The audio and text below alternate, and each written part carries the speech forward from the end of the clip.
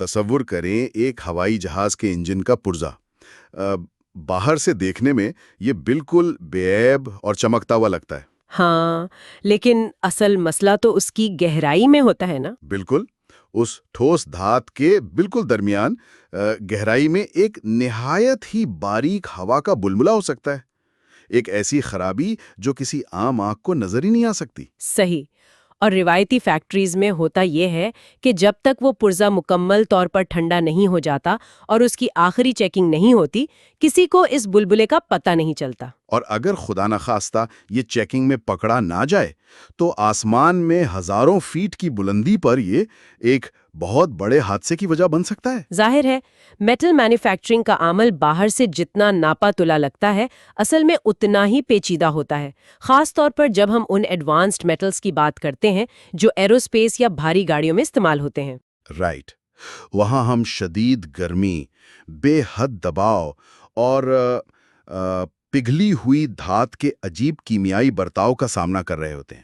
ہاں، اسے ٹیکنیکل زبان میں ڈائگنوسٹک مڈی واٹرز یا تشخیصی دھند بھی کہا جاتا ہے، کیونکہ جو خرابیاں واقعی خطرناک ہوتی ہیں وہ سطح پر ابھرتی ہی نہیں ہیں، وہ بس دھات کے اندر چھپی رہ جاتی ہیں۔ چلیے اس تجزیے کو تھوڑا کھول کر سمجھتے ہیں۔ آج کی اس گہری تحقیق کا مقصد یہ سمجھنا ہے کہ آرٹیفیشل انٹیلیجنس یعنی اے آئی کس طرح ان ایڈوانسڈ میٹل مینوفیکچرنگ فیکٹریز کے انداز کو بنیادی طور پر بدل رہی ہے۔ بالکل، اور ہمارا بنیادی فوکس اس بات پر ہوگا کہ فیکٹری میں خرابی پیدا ہونے کے بعد ٹھیک کرنے کے بجائے اے آئی کس طرح پہلے سے ہی خرابی کی پیشگوئی کر لیتی ہے۔ صحیح کہا، اور ہماری آج کی یہ گفتگو ایک بے حد دلچسپ تحقیقی رپورٹ پر مبنی ہے۔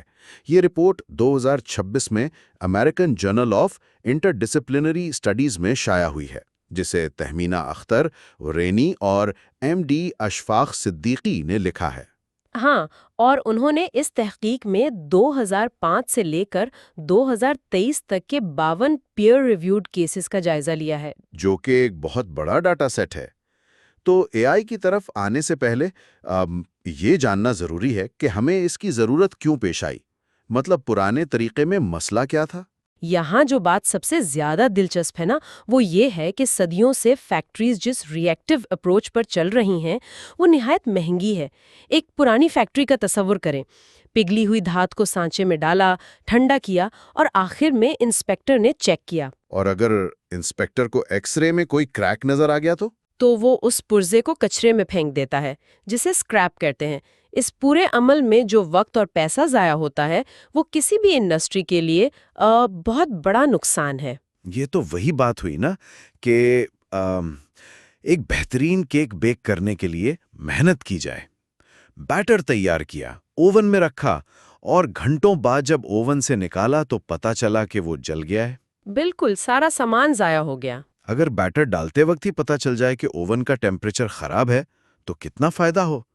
لیکن فیکٹری تو کوئی عام باورچی خانہ نہیں ہوتی نا، وہاں کان پھاڑ دینے والا شور، دھول، گرمی۔ کیا اے آئی واقعی اس ماحول میں اتنی جلدی فیصلہ کر سکتی ہے؟ اسی چیز کو تبدیل کرنے کے لیے پریڈکٹیو کوالٹی کنٹرول یا PQC لایا گیا ہے۔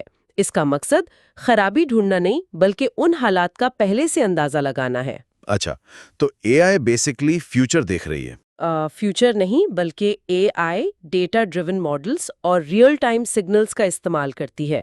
اگر مشین کی وائبریشن اچانک بڑھ جائے یا ٹیمپریچر گرنے لگے تو اے آئی فوراً الرٹ کر دیتی ہے کہ اگلے چند منٹ میں کریک پیدا ہو سکتا ہے۔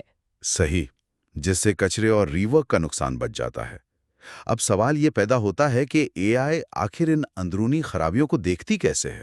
اس تحقیق کے مطابق اے آئی 3 بڑے طریقوں سے ڈیٹا اکٹھا کرتی ہے۔